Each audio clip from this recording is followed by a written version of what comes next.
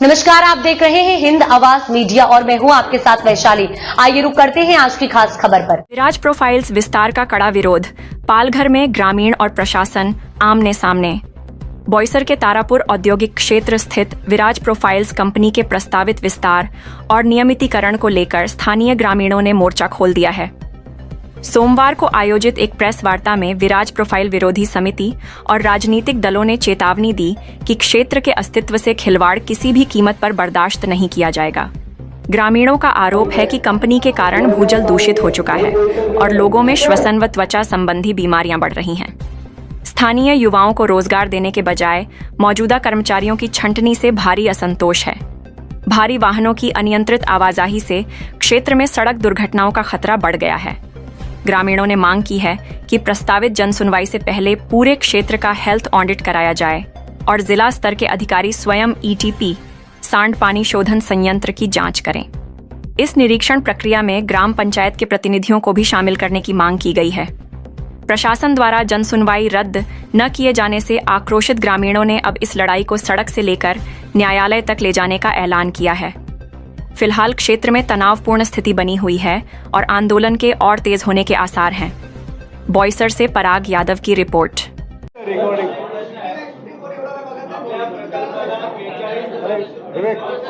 Recording करतो यार विवेक दे okay point ठीक है ओके पॉइंट नोट कर हां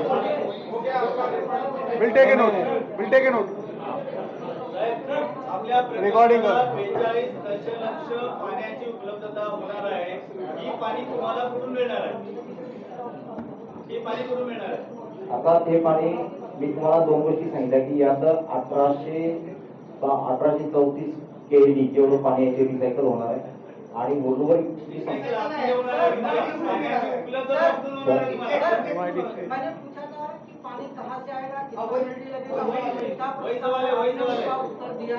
सर याचं सगळं डिटेल्स नाही मी सांगतो एक सर मी प्रत्येक लोकांच्या जॉबच्या डिटेल्स नाही ग्रामपंचायत तुमच्याकडे सीएसआर दिलेले डिटेल्स नाही हे पाणी इलेक्ट्रिक मिळणार है। अरे एक सवाल का आंसर अगर सुनोगे तब तो अर्शद आज बार बार उठने की जरूरत नहीं, एक बार उसने पूछा उसका जवाब दे रहे उसने पूछा सही जवाब है। आपले आता 2 कारखान्याचे 2 प्लांट सुरू आहेत। सुनावणी पूर्वी झाली होती, त्याच्यामध्ये बरीचशी आश्वासन दिले की इथे पाळलेले असा तुमच्यावरती आरोप आहे। बरोबर नंबर 1 दुसरं की जी सूर्या नदी आहे किंवा जो सूर्या प्रकल्पाचा कॅनल आहे याच्यातून आपण पाणी बिना परवानगी उचलत आहात आणि आपल्याला आता जे पाणी लागणार आहे त्याची उपलब्धता आपण कुठून करणार आहात? जी रोडची सेफ्टी आहे ती रोडची सेफ्टी आपल्याकडे नाही आहे, कारण आपले ट्रक कशातरी चालतात आणि मोठ्या प्रमाणात अपघात घडलेले आहेत। आपल्या त्या वारंगड्याच्या टर्नवरती सुद्धा घडलेले आहेत। या बाबतीतल्या उपाययोजना काय असणार आहेत आणि हा जो पुढचा प्लांट आहे त्याची दिशा कशी असणार आहे? यांचे सगळे प्रश्न नोट करून आपण त्यांना प्रश्न एक वन बाय वन आता भावे साहेबांनी जसं मला सांगितलं तुमच्या सगळ्या प्रश्नाची जी आम्ही आता काही प्रश्नाची उत्तरे जी देऊ शकलो नाही ती नोट करून तुम्हाला या ते प्रेस नोट नवीन सादर करतो। तुम्ही प्रेस घेताना सगळं तयारी करून यायचं करतायत आपले तुमच्याकडे नाही, तुमच्याकडे उत्तर नाही, तुम्ही प्रेस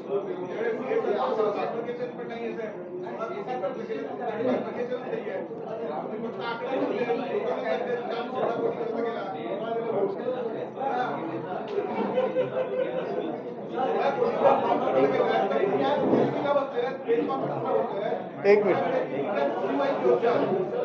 वन सेकंड जिसका हाँ इनका बाकी है सवाल।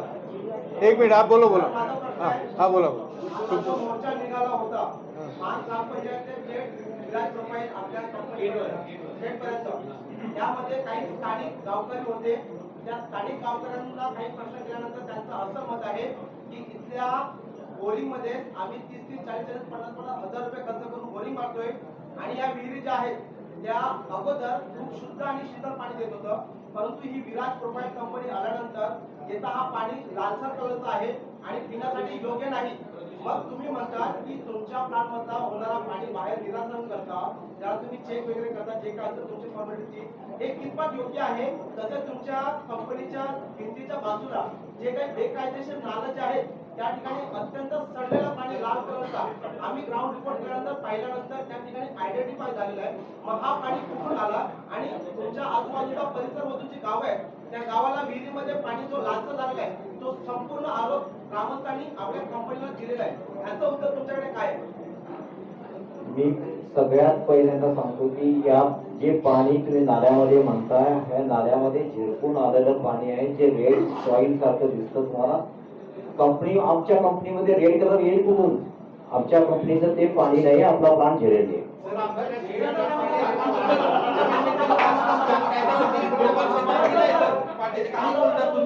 जे स्टील तुम्ही ठेवता 303, 302, 202 त्याला पार्टिकल्सला ब्रोकन्स येतात की नाही येतात? मला हवेमुळे जर ऍसिड वापरतात तुम्ही त्या ठिकाणी पिकलिंगचं तर सराउंडिंग एरिया खराब होतो की नाही स्टीलचा?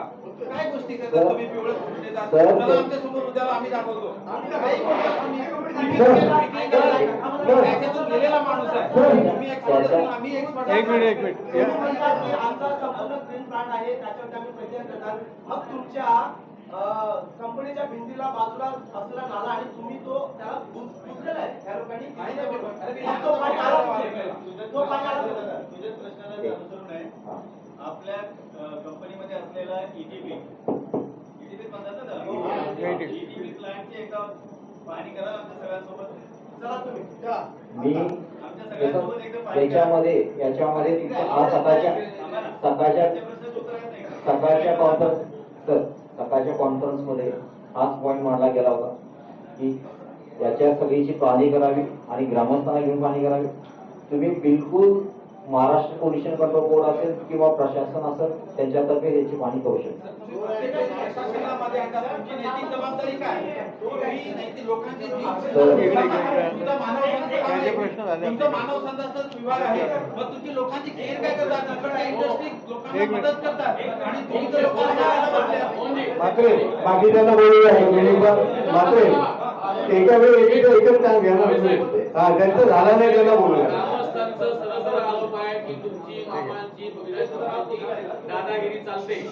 त्याच्याबरोबर तुम्ही सांभाळलेला पोलीस प्रशासन, पोल्युशन कंट्रोल आणि हे सगळे तुमच्या दावणीला बांधली, ही सगळी दावणीला बांधली गुरु आहेत आणि तुम्ही ह्यांचा आधार घेऊन जे गेंड्याच्या गात्रीप्रमाणे तुम्ही हे जो स्थानिकांवरती जो हे सगळं दाबायचा प्रयत्न करताय तर हे होणार नाही.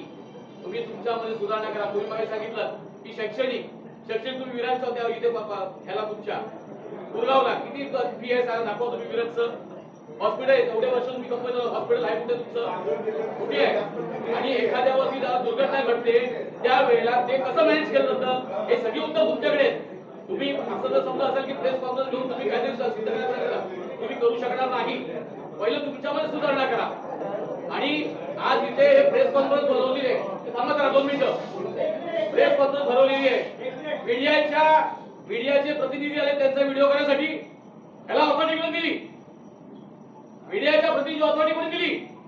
आम्हाला तिथे बसून बघायसाठी आम्हाला कळत नाही. आम्ही पत्रकार आहे ना, हे बघा तुम्ही काही पत्रकारांवर आरोप करू शकता. मीडिया म्हणलं मीडिया का तो नाही बोलतो मामा मामा तुमचं जे आहे ना आम्हाला महत्वाचं नाही.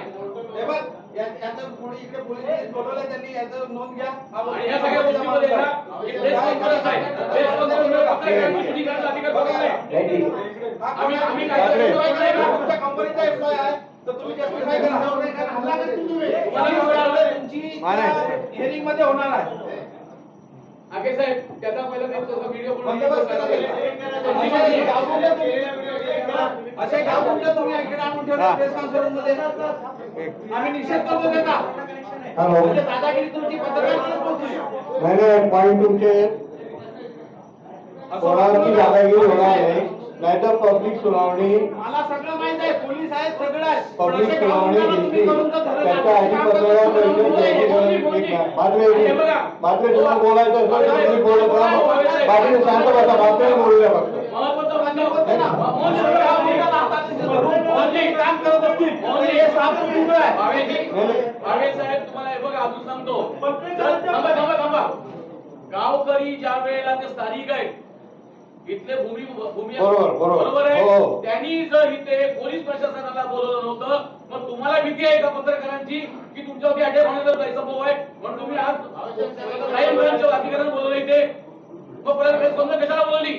तुम्हाला जर भीती असेल तर पत्रकारांपासून पत्रकारांना करताय बरोबर एक मिनिट आणि प्रज्वल गटोचा त्याचा गैरसमज नको. पोलिसांना जो बसवलाय ना तो तुमच्या लावणीचा दोर असेल. आम्ही बोलत नाही तोपर्यंत नाही. चुकीच्या मार्गावर जायचं नाहीये. तुम्हाला विश्वासात घेण्यासाठी आपण ही परिषद बोलवली होती. त्याच्यावरती आपल्याला आर्ग्युमेंट करण्यासाठी नाही. तुमच्याकडून जे चांगले सजेशन आहेत ते इम्प्लिमेंट करण्यासाठी नोटही केलेले आहेत आणि त्याच्यासाठी विभागणी करत होतो. त्यामुळे त्याच्यावरती ऍक्शन होईल. तुम्ही जे सजेशन दिलेले त्याच्यावरती ऍक्शन होईल. त्याचा फीडबॅक तुम्हाला मिळेल. अब तक के लिए इतना ही. वीडियो को लाइक और शेयर करें और चैनल को सब्सक्राइब करें.